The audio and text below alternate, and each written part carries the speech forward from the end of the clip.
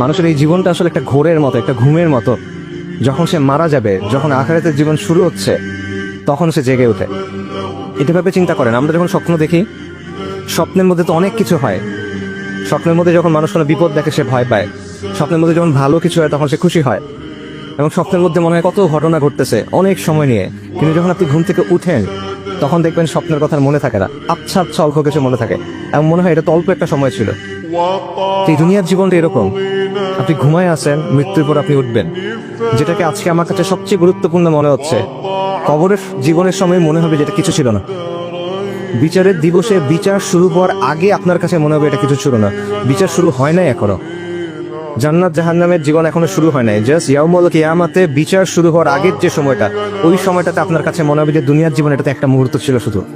কিন্তু এখন আমরা সবকিছু ভুলে এই জিনিসটা নিয়ে চিন্তা করতেছি শুধু।